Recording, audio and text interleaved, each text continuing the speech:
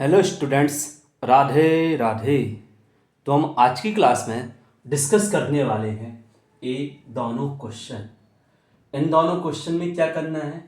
इन दोनों ही क्वेश्चन में हमें मिडिल टर्म फाइंड करना है। क्या करना है? Middle term. ठीक है ना? तो मिडिल टर्म फाइंड करने के लिए पहले हमें ये सीखना पड़ेगा कि मिडिल टर्म कौन सा टर्म होगा, ये पता करना पड़ेगा। ठीक है ना? इसके लिए हमने क्या किया, एक्स प्लस वाई का होल पावर एन एक बाइनोमियल एक्सपेंशन है। ठीक है ना? अब देखो, यदि हम बात करें इसमें कि इसमें नंबर ऑफ टर्म्स कितने हैं, तो जो पावर है उस पावर में वन ऐड कर दो तो नंबर ऑफ टर्म्स मिल जाएगा। और उस नंबर ऑफ टर्म्स को हमने क्या मान लिया? बड़ा वाला एन, मतलब कैपिटल एन हमने मान लिया। अब आगे देखिए, कैपिटल एन यदि ऑड है तो इसमें एक ही मिडिल टर्म होता है। इसमें एक ही मिडिल टर्म होता है। बात कर रहे हैं बड़े वाले एन की, ना कि छोटे वाले एन की। यदि ये बड़ा वाला एन ऑड है, और बड़ा वाला एन कैसे आता है? जो पावर्स में वन ऐड कर दो। यदि ए ऑड है तो मिडिल टर्म एक ही होता है। वो कैसे निकालते हैं? T of n plus one upon two. यदि एन इवन है तो मिडिल टर्म कैसे निकालते हैं? T of n upon two and T of n upon two plus one. Clear? तो यदि एन इवन होगा तो दो मिडिल टर्म होते हैं, एन ऑड है तो एक ही मिडिल टर्म होगा। तो पहला क्वेश्चन देखिए, पहला क्वेश्चन क्या है binomial expansion? 2/3 x square minus 3/2x का होल पावर 20। पता करो इसमें कितने मिडिल टर्म हैं। हमें क्या करना पड़ेगा? पहले क्या निकालना पड़ेगा? इसमें कितने टर्म्स हैं। तो कैपिटल एन इक्वल टू 20+1 कैसे निकालते हैं? नंबर ऑफ टर्म्स कैसे निकालते हैं? पावर में वन ऐड कर दो। ठीक है? जब नंबर ऑफ टर्म्स मिल जाएगा तो उसके बाद पता करेंगे कितने मिडिल टर्म है। ठीक है ना? कितने मिडिल टर्म हैं। तो देखिए, ये कितना आया बेटा? 21। कितना आया? 21। तो 21 कैसा है बेटा?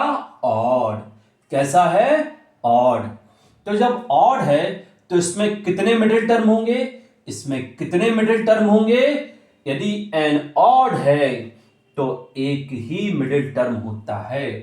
तो हम लिख देंगे T mid equal to T of n plus 1/2। तो कितना आ जाएगा? टी ऑफ एन की वैल्यू कितनी है? 21+1/2। तो कितना आएगा? T of 11। तो क्या होगा? इस बाइनोमियल एक्सपेंशन का मिडिल टर्म T11 है। तो अब T11 की वैल्यू निकालो। तो T11 को 10+1 लिख देंगे।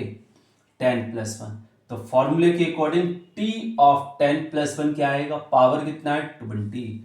तो 20C10। फिर क्या करते हैं? जो फर्स्ट टर्म है उसमें क्या करते हैं? इन दोनों का डिफरेंस 20 - 10। क्लियर?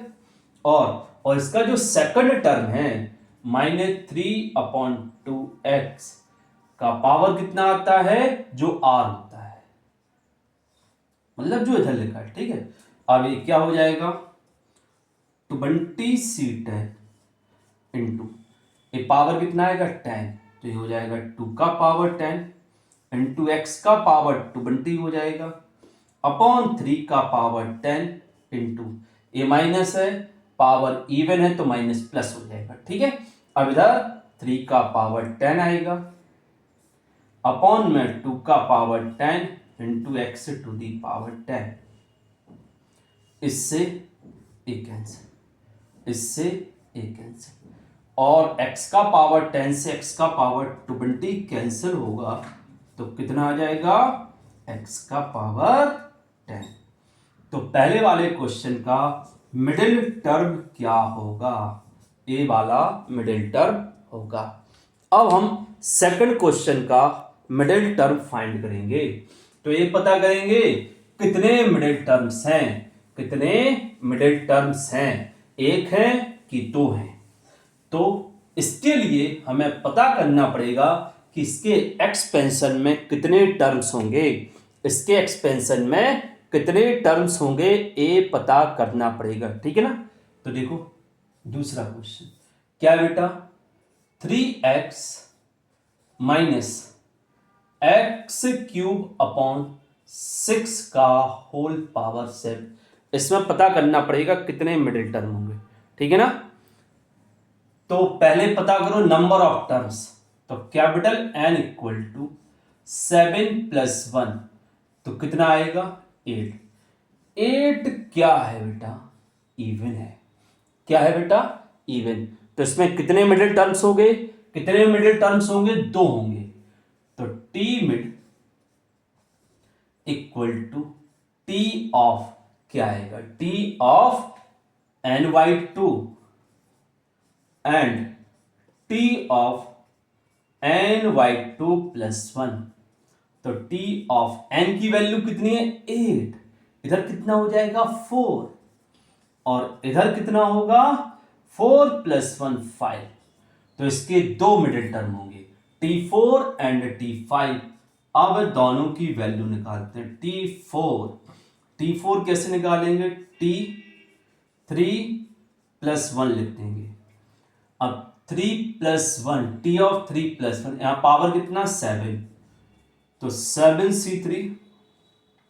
फर्स्ट वाला टर्म क्या है 3x का पावर, इन दोनों का डिफरेंस 4, और माइनस एक्स क्यूब अपॉन 6 का पावर जो है 3 है वो आ जाएगा। तो ये कितना हो जाएगा 7c3 इंटू 3⁴ इंटू एक्स का पावर 4। अब इधर ध्यान दीजिए माइनस है, इधर पावर ऑड है तो ये माइनस सबसे आगे लगा देंगे। अब इधर पर एक्स का पावर कितना आएगा 9, इधर 6 का पावर 3। 6 मतलब क्या होता है 3 × 2, क्या होता है 3 × 2, तो 3 का पावर 3 इंटू 2 का पावर 3। कोई प्रॉब्लम, समझ में आ गया ना अच्छे से। अच्छा ये 3 का पावर 3 से एक कैंसिल हो जाएगा, तो कितना आ जाएगा -7c3 और 3x⁻13/8। ए इसका मिडिल टर्म हो गया, एक मिडिल टर्म t4 हो गया। अब हम निकालेंगे t5 की वैल्यू, किसकी बेटा t5 की वैल्यू। तो t5 कितना होगा, देखिए t5 को हम क्या लिखेंगे t4 + 1। अब हमें r मिल गया 4 है, फॉर्मूले के अकॉर्डिंग क्या लिखेंगे NCR, n7 है। पहला वाला टर्म क्या है 3x का होल पावर, इन दोनों का डिफरेंस 3 होगा, और सेकंड टर्म क्या है बेटा -x³ c का पावर क्या आता है जो r है 4।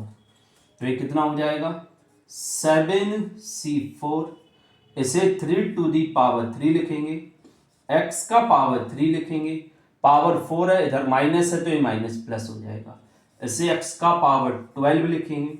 अच्छा ये भी देखो, ये क्या है 6 है, मतलब 3 × 2 पावर 4 है, तो इसे 3 का पावर 4 इंटू 2 का पावर 4 लिखते हैं। अच्छा इससे एक कैंसिल हो गया, तो ये आ जाएगा 7c4 इंटू एक्स का पावर कितना हो जाएगा, एक्स का पावर 15 अपॉन में कितना आएगा 48। तो ए हो गया t5। तो क्या समझ में आया, यदि कैपिटल N की वैल्यू ऑड है तो एक ही मिडिल टर्म होता है, और कैपिटल N की वैल्यू इवन है तो दो मिडिल टर्म आते हैं। क्लियर है बेटा, सबको अच्छे से समझ में आ गया।